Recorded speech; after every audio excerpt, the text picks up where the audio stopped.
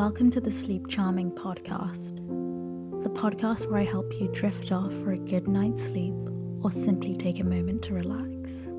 If you're enjoying the podcast, please leave a review or a rating. So sit back, take a deep breath, and let me read you an old story. Mel felt as if he were floating on clouds in the deepest, most intense dark he'd ever experienced.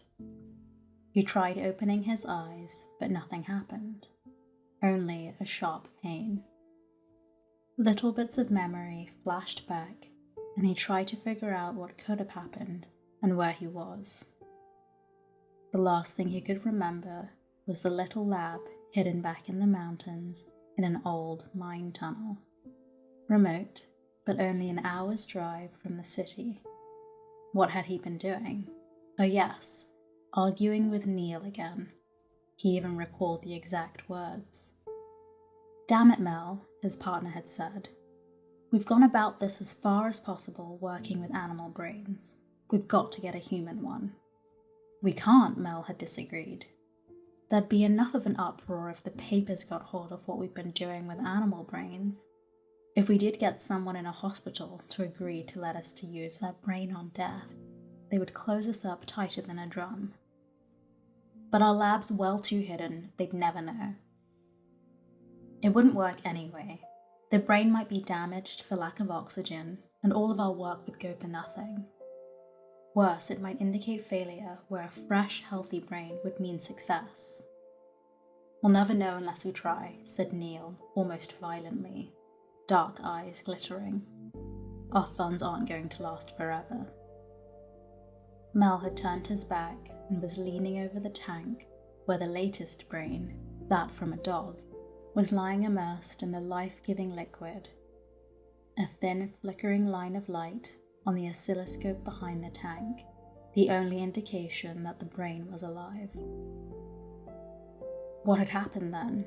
He thought hard, until the sharp pain and growing headache almost made him lose consciousness. Either he'd passed out or something bad had happened. Maybe the cave had collapsed the concrete walls of their lab, although he didn't see how that could have happened. He became aware of voices, faint at first, then growing stronger. He strained to listen, and just when it appeared that the words would become distinct enough, they faded away.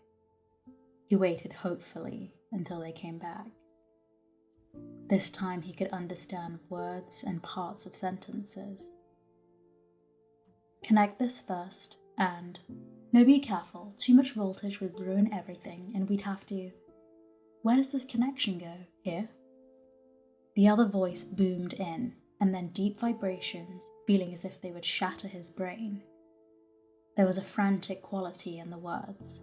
No, you fool, don't." A penetrating pain knifed through Mel's head, and he tried to scream, but heard nothing but a buzzing sound. He welcomed the loss of consciousness as it blanketed him. He struggled back to consciousness once more, and a voice calling over him in a monotone. "Mel? Mel Carson, can you hear me? Mel? Mel Carson, can you hear me?" He listened intently, recognizing it at first as one of the voices he had heard. He tried to move, but could feel no response of his legs or arms. It was like being buried alive, and he tried to call out for help. He must have lost his voice, because he could still hear the same call. Mel Carson, can you..." It broke off abruptly, then came back triumphantly. "You hear me, Mel? I can see." Again, Mel tried to call out, without success. The others warned quickly. "Don't become alarmed. We're still working on your voice. Just try to rest." Mel suddenly realized that he'd been listening to Neil, and a wave of thankfulness swept over him. There had been a cave-in then, and he'd been injured. Neil was speaking again, a note of professional regret in his voice. "I'm sorry it had to happen this way, but there was too much tied up in this project to lose now." A growing realization and horror began to seep through Mel's mind. Neil continued, after a brief pause. The sine wave jumped. I see you must realize now. I had to do it, Mel. After all, you aren't dead, you know. Just your body's gone. Your brain may live for hundreds of years. Why just think you'll be able to... Oblivion again claimed Mel. Once more, Mel was floating on clouds, and this time, the sensation was exhilarating. He tried moving his arms and legs to see if he could swim through the velvety darkness, but failed. A faint glow began to appear ahead of him, and a low rumble of voices began to echo throughout his mind. Full realization of what had happened swept over him, and he struggled to regain his sanity.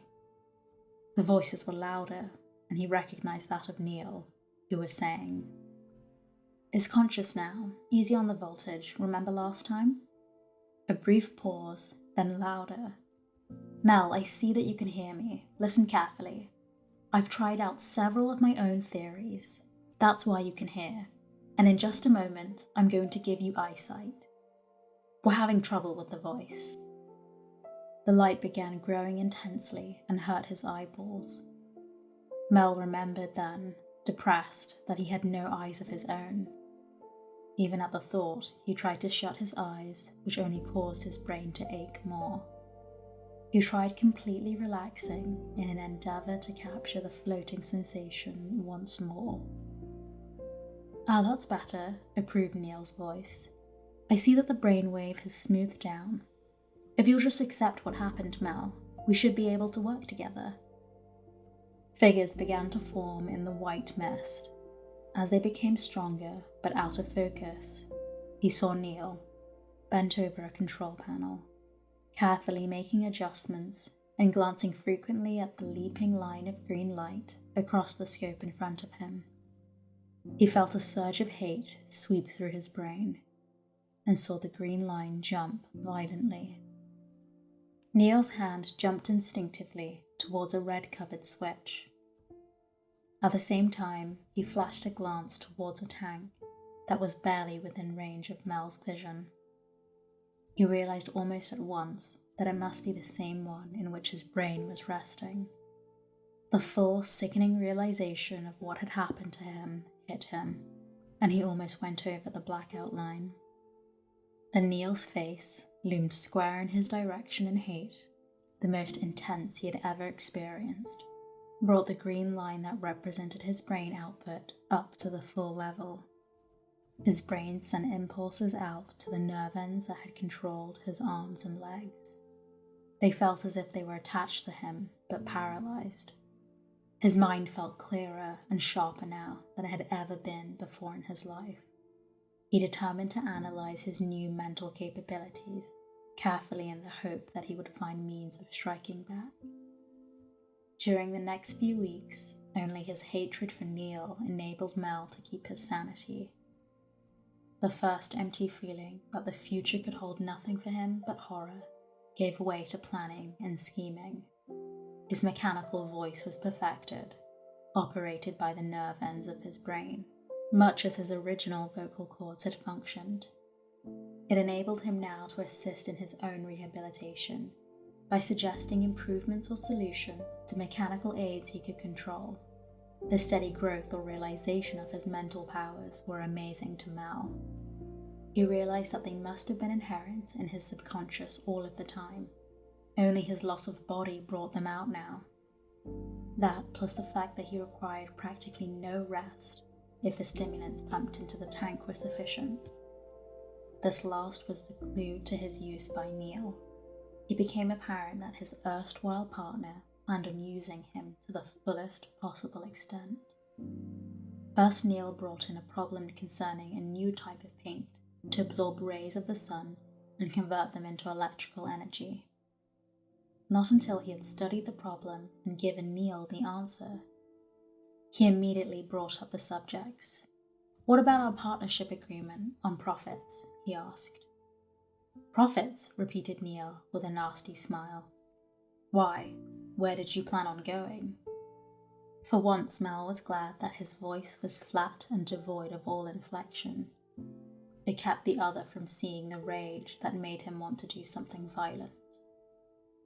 "You know what I mean," he insisted doggedly. "Unless you want to admit murder, we're still partners." Neil laughed and said, "That's right. Of course I can draw any and all funds that I need, but if the authorities ever check on your disappearance, they'll find that a separate account has been opened in your name in the city. All you have to do is go in and withdraw it any time you want to." He chuckled, then he grew serious. "Don't get any ideas," he warned. "We've been spending most of the time during the past couple months getting you in shape for your intended function. I'm going to bring more and more problems into you," he explained further. "I've opened an engineering consultant service in the city, and this paint formula alone will bring us all the business we'll need." He pretended to be busy at one of the computers being installed, but Mel could see that he was glancing out of the corners of his eye at the oscilloscope for indication of a brain reaction. Mel had learned several weeks ago that he could control the output of his brain and had been very careful to conceal the fact from Neil. His partner said, "Doesn't my attitude bother you anymore?" Mel's mechanical voice rolled out. "When you destroyed my body, you destroyed all my emotions. If that's the way you want to do things, that's the way it will be. But the ethics, I know what would happen to me if you turned me over to the scientists. I'd be a freak and treated as such. I owe nothing to the world." "Swell," enthused Neil, this time his face twisted into a grimace of pleasure. "I've got a lot of plans that you'll fit into." Experiments had been made with muscular control, and they discovered that Mel could govern an electrically powered table controlled by shortwave radio. Another eye that could swing in a 360-degree circle had been mounted onto it and broadcasted its information to Mel's optical circuit. A mechanical arm had also been installed on it, and Mel spent long night hours when the lab was quiet perfecting his control over it. Before long, he was as much, or if not more, proficient with it as he had been with his own arms. He began laying his plans. The first thing he needed was a weapon. Getting his control cart out of the cube was easy, since Jenkins, the only assistant allowed in the entire laboratory, had left his keyring lying on the table one morning. It had been but the work of a moment to wheel over, pick them up, and conceal them. Jenkins had spent a frantic hour in search, but finally went into the machine to make up a new set. He had first cautioned Mel against letting Neil know, almost fawning in his gratitude when Mel promised. He searched the entire lab the first 2 nights, but discovered that Neil had taken the revolver he had kept in a drawer of his old desk. It would take too long to try and machine another one, although their machine shop had proven its capability of turning out anything. A knife he discarded as too clumsy for his means of control. He then carefully considered steel dart shots from a tube by compressed air or carbon dioxide, but reluctantly abandoned that idea also, since he had a machine's limitations as well as advantages. He'd have to begin thinking less like a human. So the first thing to base a weapon on would be the material most plentiful in the lab. That was electricity. Once determined on the line of his endeavors, he briefly marveled again on the still unexplored potentialities of his brain. The weapon would be mounted on his own cart, and electricity would either be broadcast or self-contained. For mobility, he decided on a power pack. The weapon itself evolved so easily that he wondered why no one had thought of it before. Special type condensers built a battery charged up to over 1 million volts for a split second. This charge, invisible until it hit an object more solid than air, was contained in a very narrow beam by strong screens of opposite polarity. The entire sequence of operation was almost instantaneous, and the bolt was more in the nature of an electrical projectile than a continuous beam. He decided that the unit, resembling a flashlight, could be mounted in a concealed spot under his eye, so that it could be filtered at whatever he might be looking at. Now that he had a means of defending himself, Mel felt more at ease, but at a loss for his next step. Merely eliminating both Jenkins and Neil would gain his revenge, but what then? He could always notify the authorities, but mentally flinched at exposing himself to the world as a freak. He had hardly begun to lay his plans before disaster struck. Neil came in early one morning and had Mel begin working on a problem concerning a new type of steel that would combine structural strength with the lightweight qualities of aluminium. Mel energized his calculators that were electrically practically part of his brain. He briefly wondered why Neil appeared so restless, wandering around the room with his hands behind his back, studying everything. Then the problem became so intriguing that he completely forgot that anyone was in the room. His first inkling that anything was wrong was when Neil straightened up from the cart with his twisted smile on his face and exclaimed, "Ha!" Mel's first startled conjecture was that the other had discovered the special weapon. He tried to rotate the lens so that the weapon would point at Neil, but could see by other stationary lenses in the room that the one on the cart remained motionless. The same was true of the mechanical arm. In fact, the entire cart was dead. "I pulled the main power fuse," said Neil, a slight smile on his face. "I suppose you thought you were going to get away with it completely." Not positive as to how much his partner knew, Mel decided on silence as his defense. The smile disappeared from the other's face, and he continued slowly. "Something must be wrong with your reasoning. I knew something was up when the power company's statement showed an unusually high increase in power consumption. From there on, it was easy to read the meters at night myself. And then the next morning, what were you up to anyway?" Mel still maintained his silence. "Okay, if that's the way you want it," said Neil more harshly. He walked to the end of the tank, and Mel felt his brain telegraphing warnings to several nerve connections not yet again in use. Neil reached out to a valve Mel recognized as controlling the minute amount of chemicals that served to nourish the cells in his brain. Relays were connected to it that regulated the injection of oxygen proportionately into the fluid. He turned it slightly and then began watching the oscilloscope closely. In a matter of seconds, Mel felt his sharp senses begin to dull. The oscilloscope blurred until, by great effort, he brought it into focus again. He saw that the height of the wavy line denoting the strength of his brain output was abnormally low. "Feeling all right?" asked Neil in a mock anxiety. He turned the valve back to its correct setting, and almost instantly Mel felt better. "That's just a sample of what can happen if you force me to it," warned the other. "A little more of a turn, and that super brain of yours would be garbage. Only I wouldn't do that, of course. There are a few more experiments I want to make before your brain dies." Knowing the vicious nature of his partner, Mel decided to talk before the other goaded himself into some unplanned action. "Don't forget the fable about the golden goose that laid the golden eggs," his voice rolled out. "There's still a lot I could do for you, you know, or not." He saw with relief that the anger receded from the other's face to be replaced by a look of cunning. "I almost forgot," said Neil. "I have another surprise for you." He went to a circuit near the master calculator that he himself had installed only several days ago. All the master components were open, a rheostat appearing to be the primary control.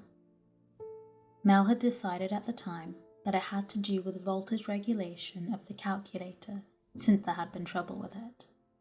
Neil placed his hand on it and then turned his head in the general direction of the tank and said, "Just in case you get any ideas of not cooperating, I can use this for persuasion." He cranked the vernier just a trifle, and agony knifed through Mel's brain. It receded, leaving a slight ache. Not much voltage, Neil was saying with satisfaction, but judging from the way your brainwave jumped, I don't imagine it felt very good, did it? You win, was Mel's only comment, not wanting another jolt.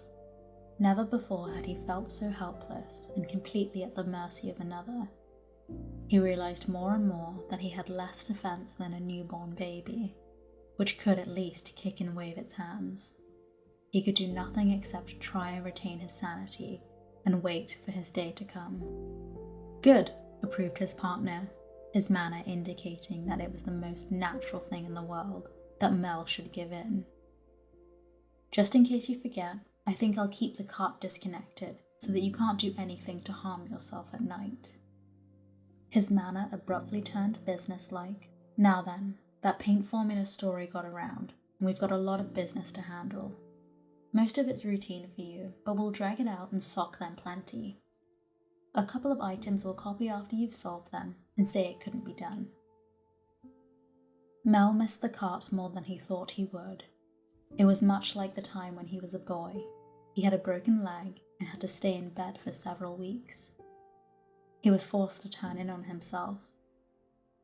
The real turn in the development of his mind, and above the level he thought possible, came about as an accident one day.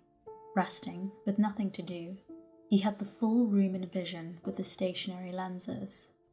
A flicker of motion caught his attention, and careful waiting disclosed it to be a small mouse that had somehow gained access to the laboratory, and then into his room.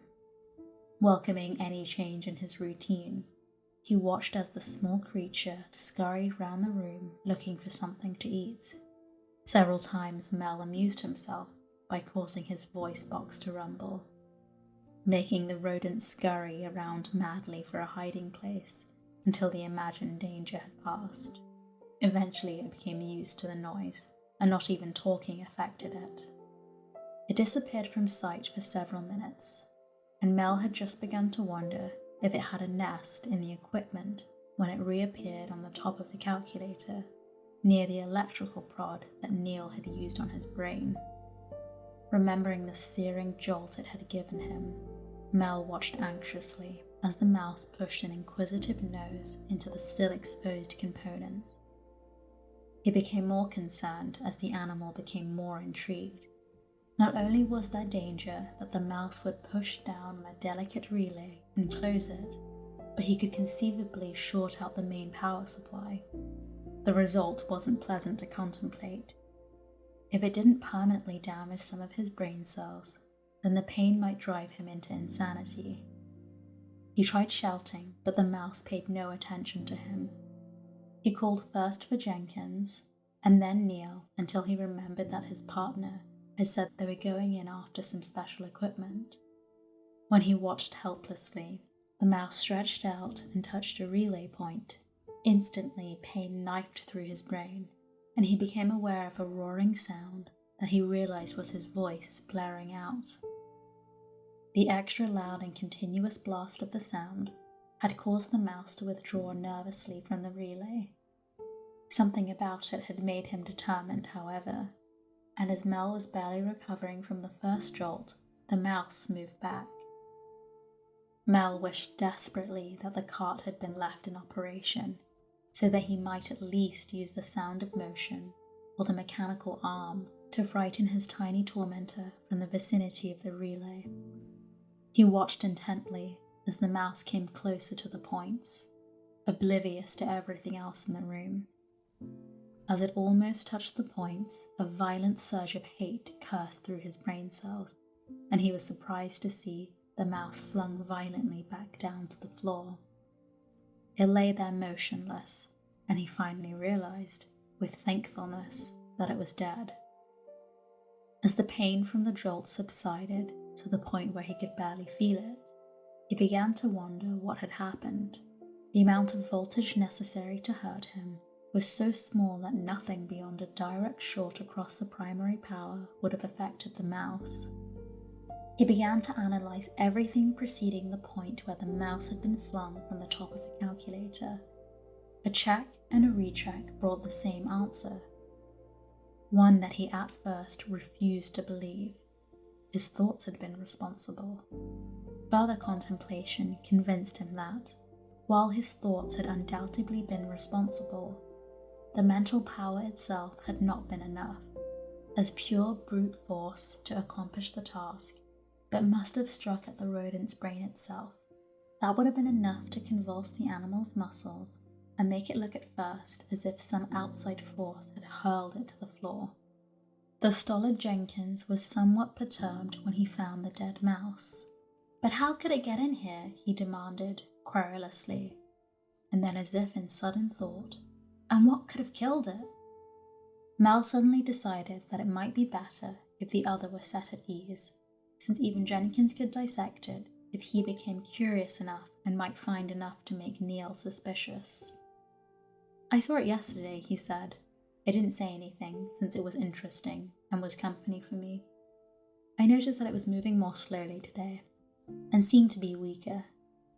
It must have starved to death. Nothing to eat in here, and he couldn't get out." "Yeah," agreed the other, picking it up and throwing it into a waste paper basket. The explanation had evidently satisfied him, since he went about his routine tasks.